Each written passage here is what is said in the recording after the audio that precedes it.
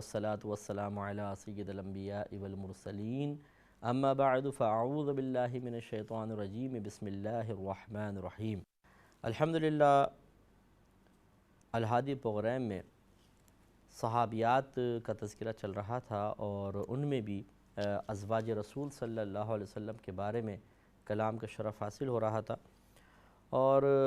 سورۃ الاحزاب کی آیت نمبر 33 میں اللہ تعالیٰ نے مزید ازواج کو جو حکم ارشاد فرمائے، پہلے میں نے وہ ذکر کیے، اور پھر میں ان خواتین کی خدمت میں کچھ گزارش کی کوشش کر رہا تھا کہ جو کسی بھی لحاظ سے مذہبی تعلق رکھنے والی ہیں کہ وہ ان کے لیے وقت محاسبہ ہے، انہیں غور و تفکر کرنا چاہیے۔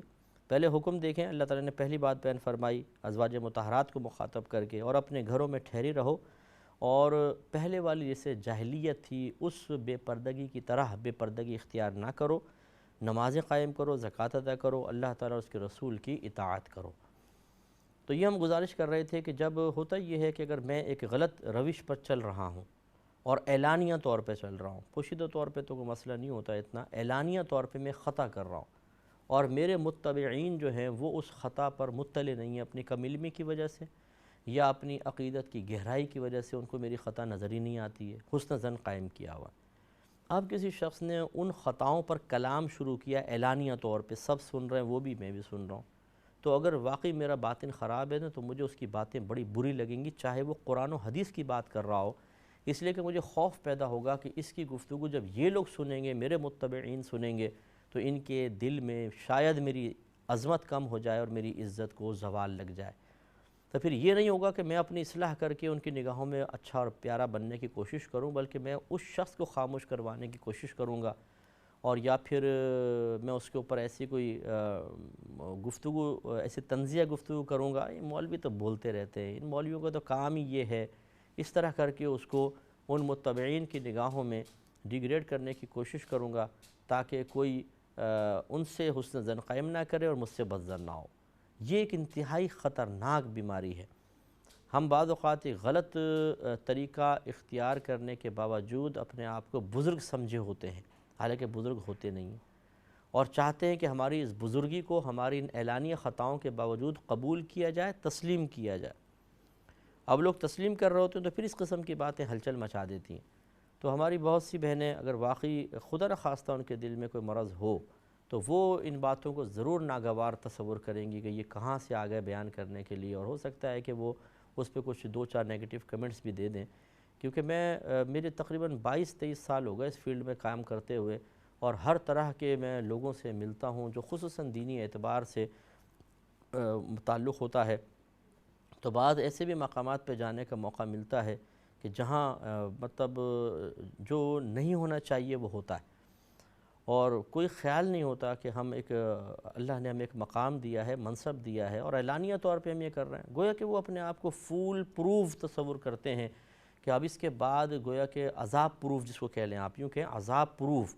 کہ ہم عذاب پروف ہو گئے ہیں، ہم جو مرضی کریں ہماری گرفت نہیں ہوگی، کم از کم یہ مر سکتا ہے، یہ جہنم میں جائے گا، یہ عذاب قبر میں مبتلا ہوگا، اس کو بری موت آئے گی، یہ میدان معاشر میں ذلیل رسوا ہو جائے گا، ہم نہیں ہوں گے۔ کیوں بھائی؟ اس لیے کہ ہم ایک اعلیٰ خاندان سے تعلق رکھتے ہیں۔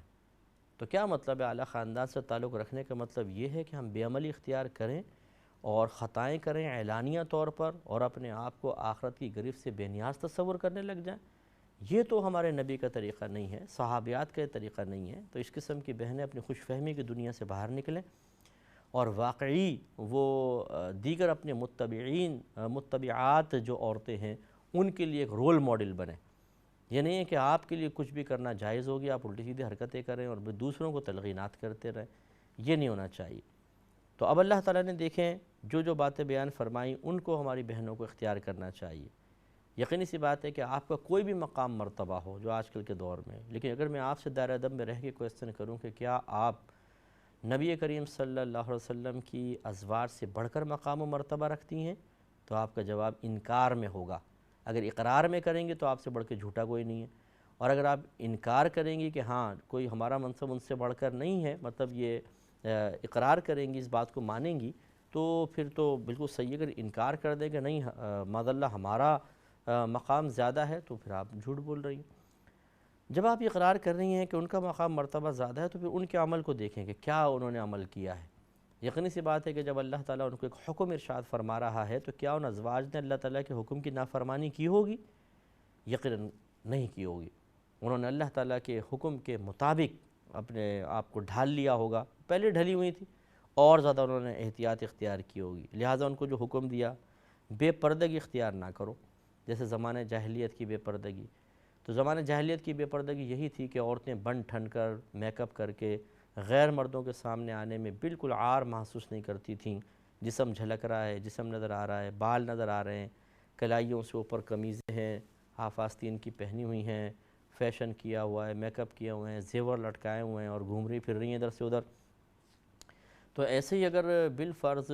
کسی بڑے خاندان کی خاتون کریں تو، اور یہ بھی یاد رکھیے کہ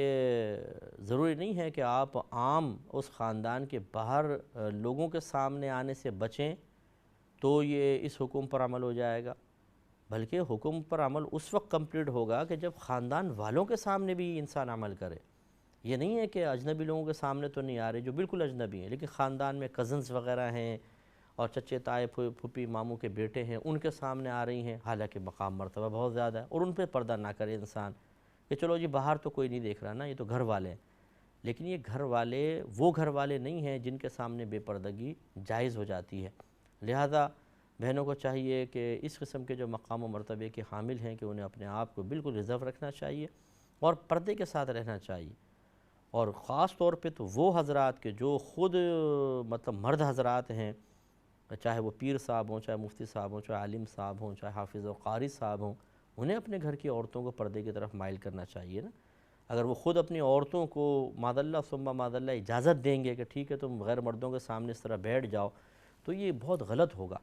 اور یہ بالکل قطعاً شرعاً جائز نہیں ہے، ایسا نہیں ہونا چاہیے، اور یقیناً ایسا شخص جو ہے وہ آخرت میں قابل گرفت ہوگا۔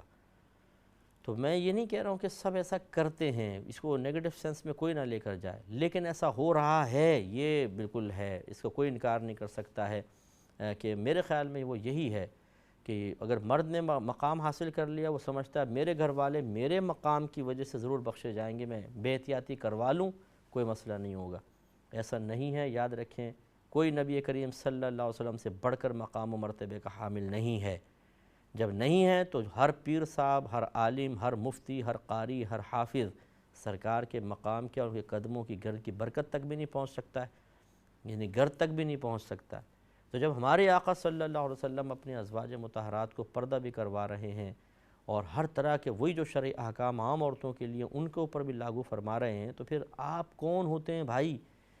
اس طرح کا معاملہ کرنے والے کہ اپنی عورتوں کو اجازت دے دیں کہ بھی جو مرضی کرو؟ اسی طرح سرکار کے ازواج سے بڑھ کر کوئی عورت بات والی نہیں ہو سکتی ہے۔ تو بہنوں کو چاہیے کہ وہ سبق حاصل کریں کہ جب وہ ازواج ہو کر نبی کریم کی زوجہ ہو کر بے احتیاطیاں نہیں کر رہی ہیں تو ہم کیسے کر سکتے ہیں؟ تو یہ باتیں بری ضرور لگتی ہیں، جیسے میں نے عرض کیا، جس کی بھی آزادی سلب ہونے لگتی ہے نا تو نفس شور مچاتا ہے۔ مسئلہ اصل میں یہ ہے، شیطان اور نفس نے انسان کو ایک ایسے راستے پہ چلا رہا ہوتا ہے کہ جو راستہ گندا راستہ ہے، خراب راستہ ہے، قابل گرفت راستہ ہے، قابل اعتراض راستہ ہے، اللہ تعالیٰ اس کے رسول کریم صلی اللہ علیہ وسلم کی بارگاہ میں رسوا اور شرمندہ کر دینے والا راستہ ہے، لیکن بیمار دل اس راستے پہ چلنے کے باوجود بڑا مطمئن ہوتا ہے، سکون بھی حاصل کر رہا ہوتا ہے، روحانی اطمینان بھی حاصل ہو رہا ہوتا ہے، جو حقیقتاً نہیں ہے۔ دیکھیں، ایک ہیروئن پی کے سکون حاصل کرتا ہے، لیکن کیا یہ حقیقی سکون ہے؟ آپ کبھی بھی نہیں کہیں گے، آپ کہیں گے یہ بہت برا ہے۔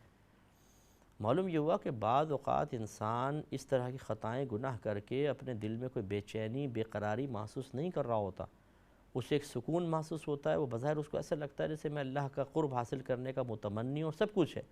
لیکن اسے یہ چیزیں نظر نہیں آ رہی ہوتی۔ تو یہ انسان حقیقتاً سکون اللہ کی طرف سے نہیں ہے، یہ شیطان کی طرف سے ایک سکون ہے۔ گناہوں پر مصر رہنے کے باوجود اگر انسان کو روحانی سکون مل رہا ہو تو یہ حقیقتاً من جانب اللہ نہیں ہے، یہ شیطان کا دھوکہ ہے۔ ورنہ گناہ کر کے، اور وہ بھی اعلانیہ طور پہ گناہ کر کے، ایک مرض سے دور اور روحانی بیماری سے دور دل سکون حاصل کر لے، یہ کبھی بھی نہیں ہو سکتا۔ بے چین رہے گا، بے قرار رہے گا، اضطراب رہے گا، پریشانی رہے گی۔ یہ جب تک کیفیت طاری نہیں ہو جاتی ہے، اس کا مطلب ہے کہ حقیقتاً روحانیت تو حاصل ہی نہیں ہے، روحانی سکون تو دور کی بات ہے۔ اس لیے توجہ کرنی چاہیے۔ دوسرا اللہ تعالیٰ نے فرمایا وَأَقِمْنَا الصَّلَاةَ، اور نمازیں قائم کرو۔ یہ کس کو حکم ہو رہا ہے؟ ازواج مطہرات کو۔ تو ہماری وہ بہنیں جو اس قسم کا مقام مرتبہ حاصل کرنے کے بعد پھر نمازیں چھوڑ دیتی ہیں، نمازیں نہیں پڑھ رہی ہیں، ان کو ذرا خیال کرنا چاہیے اب کیا کر رہی ہیں۔ یہ سوچنا کہ جی مقام مرتبے کے بعد اب ہمارے لیے کوئی نماز کی پابندی اتنی ضروری نہیں ہے، غلط خیال ہے۔ جب صحابیات نے کی تو ہمیں بھی آپ کو بھی کرنی چاہیے۔ اس طرح وہ زکوٰۃ اللہ نے فرمایا زکوٰۃ ادا کرو، تو ان بہنوں کو بھی زکوٰۃ ادا کرنی چاہیے، اور اللہ تعالیٰ اس کے رسول کی اطاعت کرو۔ تو ایسی خواتین کو بھی چاہیے کہ اللہ تعالیٰ اس کے رسول کی مکمل طور پر اطاعت کرنے کی کوشش کریں۔ اللہ تعالیٰ نے فرمایا یا ایھا الذین آمنوا ادخلوا فی السلم کافہ، اے ایمان والو اسلام میں پورے داخل ہو جاؤ۔ یہ نہیں ہے کہ اپنی مرضی کے مطابق خود اسلام کو تقسیم کر لو۔ یہ اسلام ہمارے متبعین کے لیے ہے اور اتنا اسلام ہمارے لیے ہے۔ یہ کس نے کہا؟ ہمارے نبی کریم صلی اللہ علیہ وسلم نے مکمل اسلام اختیار کیا، آپ کے ازواج نے مکمل، آپ کی آل پاک نے جو آپ کے بی بی فاطمہ رضی اللہ تعالی عنہا ہیں، آپ کے دونوں شہزادے ہیں امام حسن و حسین رضی اللہ تعالی عنہما، انہوں نے پورے اسلام کو اختیار کیا ہے۔ ہم نے یہ تقسیم کر دی ہے، یہ اسلام کا اتنا حصہ میرے لیے ہے، اس سے زیادہ میں نہیں کروں گا، اور یہ اتنا اسلام کا حصہ ہے ہمارے متبعین کے لیے۔ یہ کیا بات ہوئی بھائی؟ کس نے آپ کو اجازت دی ہے کہ آپ اپنے لیے اسلام کی پابندیوں میں سے کچھ چوائس کر لیں اور باقی کو معاذ اللہ ناقابل عمل سمجھ کر چھوڑ دیں؟ کس نے آپ کو اجازت دی ہے تو اس پہ قیامت تک کے لیے دلیل لے کر آئیں۔ آسان سی بات ہے، دلیل لائیں، قرآن سے حدیث سے کوئی برہان پیش کریں اپنے اس عمل پر، اپنی اس سوچ پر، اپنی اس تھنکنگ پر، اپنی اس تقسیم پر، اپنی اس کلاسیفیکیشن پر کہ جی ہم کر سکتے ہیں ایسا۔ کس نے آپ کو اختیار دیا بھائی؟ تو پھر انسان جب تھوڑا سا ہوش میں آتا ہے اس کو احساس ہوتا ہے کہ میں بہت غلط طریقہ اختیار کر رہا ہوں اور بہت غلط آگے تک چلا گیا ہوں، اسے واپس آنے کی ضرورت۔ تو غلطی سب سے ہو جاتی ہے، اس کا مطلب یہ نہیں کہ غلطی ہو گئی تو اب انسان سوچے یار اب واپس آئیں گے لوگ شرمندہ کریں گے کہ جی پہلے تو ایسا نہیں کرتے تھے اب کیوں کر رہے ہیں، یہ تو آپ سوچیں ہی نہیں۔ انسان جب پلٹ کر اپنے اللہ کی بارگاہ میں رجوع کرتا ہے تو اللہ تعالیٰ اس کے مقام کو گھٹاتا نہیں ہے، بڑھاتا ہے۔ ہم نے عزت بڑھتے ہوئے دیکھی ہے۔ شیطان بعض اوقات کہتا ہے کہ نہیں تم واپس پلٹو گے تو پھر عزت کہاں رہے گی۔ ایسا نہیں، عزت کی تلاش مخلوق سے نہ کریں۔ مخلوق کیا ہمیں عزت دے سکتی ہے؟ حقیقی عزت دینے والی ذات اللہ تبارک و تعالیٰ کی ہے۔ تو ایسے ہماری بہنوں کو چاہیے کہ اپنے روش کو بدلیں، اپنے طریقے کو بدلیں، اپنی سوچ کو بدلیں، اپنے عمل کو بدلیں، اور ایک اچھی رول ماڈل بنیں۔ یہ زندگی ایک دفعہ ہی ملے گی، اس کے بعد نہیں ملے گی۔ آپ چاہیں تو ایک برا ماڈل بن جائیں، ایک غلط قسم کی مثال بن جائیں اور لوگوں کو غلط راستے پہ لگا کر قبر میں چلی جائیں، چاہے تو ایک اچھی مثال بن کے قبر میں جائیں۔ منزل تو قبر ہے ہی ہے، اس سے پہلے کے بارے میں سوچنا ہے کہ اچھی مثال بننا ہے یا بری مثال بننا ہے، وہ آپ کے اپنے ہاتھ میں ہے۔ یہ وقت نکل گیا تو دوبارہ پلٹ کر نہیں آئے گا، اس لیے اس کو سوچنا چاہیے۔ اب آگے دیکھیے، اللہ تبارک و تعالیٰ نے مزید اہل بیت اطہار کے بارے میں کلام ارشاد فرمایا۔ اب اس سے پہلے کہ میں وہ کلام کروں، اہل بیت کے بارے میں اختلاف ہے، لیکن پھر جمہور کا قول میں عرض کر دیتا ہوں۔ بعض نے کہا کہ اہل بیت سے مراد نبی کریم صلی اللہ علیہ وسلم کی آل پاک ہیں، خصوصاً حضرت علی، بی بی فاطمہ اور امام حسن و حسین رضی اللہ تعالیٰ عنہما۔ جیسے ایک روایت میں ترمذی کی روایت ہے کہ سرکار ایک مرتبہ بی بی فاطمہ رضی اللہ تعالیٰ عنہ کے گھر آئے اور آپ نے چادر اوڑھی ہوئی تھی، تو آپ نے بی بی فاطمہ کو اس چادر میں لیا، حضرت علی کو لیا، امام حسن و حسین رضی اللہ تعالیٰ عنہما کے اوپر یہ چادر ڈال دی، اور پھر آپ نے یہ آیت پڑھی جو میں آگے پڑھ رہا ہوں کہ اللہ تعالیٰ یہ میرے اہل بیت ہیں، ان سے گندگی کو دور رکھ۔ اس طرح یعنی آیت پڑھی، لیکن اس کا مفہوم یہی تھا، اللہ تعالیٰ کی بارگاہ میں گویا کہ آپ درخواست کر رہے تھے کہ یہ میرے اہل بیت اور ان سے ہر گندگی دور ہو گئی ہے یا دور کر دے۔ تو بعض نے کہا کہ ان کے ساتھ اہل بیت کا لفظ خاص ہے، اور بعض نے کہا کہ نہیں، ازواج مطہرات کو بھی اہل بیت کہا جا سکتا ہے یا وہ اہل بیت ہیں۔ ان کی دلیل یہ ہے کہ اوپر چونکہ دیکھیں سرکار کے ازواج کا تذکرہ چل رہا ہے اور پھر آگے اہل بیت کا تذکرہ آیا، تو اس کا مطلب ہے کہ وہی سرکار کی ازواج جو ہیں وہ اہل بیت ہیں۔ لیکن جمہور کا قول یہ ہے کہ اہل بیت کا اطلاق سرکار صلی اللہ علیہ وسلم کی تمام ازواج پر بھی ہوگا، اور آپ کے جو جیسے دوسری روایت کے مطابق ہے کہ کہ حضرت علی، بی بی فاطمہ، امام حسن حسین رضی اللہ تعالیٰ عنہما پر بھی اہل بیت کا اطلاق ہوگا، یعنی اولاد پاک پر بھی ہوگا، تو لہٰذا یہی قول سب سے بہترین بھی ہے۔ اللہ تعالیٰ ارشاد فرماتا ہے کہ انما یرید اللہ لیذھب عنکم الرجس اہل البیت ویطہرکم تطہیرا۔ انما محض یرید اللہ، اللہ تبارک و تعالیٰ تو یہی ارادہ رکھتا ہے، لیذھب عنکم الرجس، کہ اے نبی کے گھر اہل البیت، کہ اے نبی کے گھر والو تم سے ہر قسم کی گندگی کو دور فرما دے، ویطہرکم تطہیرا، اور تمہیں خوب پاک و صاف کر دے، بالکل ہر گندگی تم سے دور فرما دے۔ تو اللہ تبارک و تعالیٰ نے دیکھیں اب جب یہ فرما دیا کہ اللہ تعالیٰ یہ ارادہ فرماتا ہے، ارادہ رکھتا ہے، تو اللہ تعالیٰ جس چیز کا ارادہ کر لے تو وہ فوراً ہو جاتی ہے۔ اس سے نتیجہ یہ نکلا کہ اللہ تبارک و تعالیٰ نے ازواج مطہرات سے بھی اور اہل بیت آپ کی جو اولاد پاک ہے ان سے بھی ہر قسم کی گندگی کو دور فرما دیا ہے۔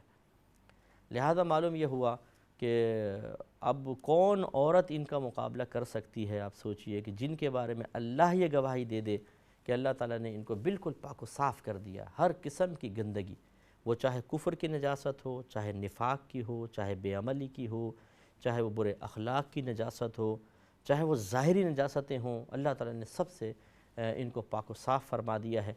تو یہ نص قطعی ہے اس بات پر کہ اللہ نبی کریم صلی اللہ علیہ وسلم کی ازواج اور آپ کی اولاد پاک وہ بالکل ہر قسم کی گندگی آلودگی، ہر قسم کی روحانی بیماری سے، ہر قسم کے نقص سے، ہر قسم کی اخلاقی پستی سے بالکل پاک و صاف کر دی گئی ہیں۔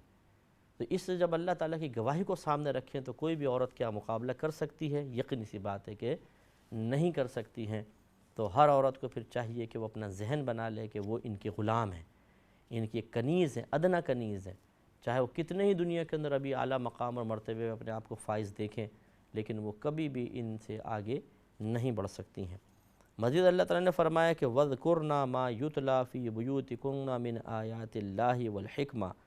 اور یاد کرو جو تمہارے گھروں میں اللہ تبارک و تعالیٰ کی آیات اور سنت یعنی حدیث پڑھی جاتی ہے۔ حکمت سے مراد حدیث ہے۔ ان اللہ کان لطیفا خبیرا، بے شک اللہ تبارک و تعالی ہر باریکی کو جانتا ہے، خبردار ہے۔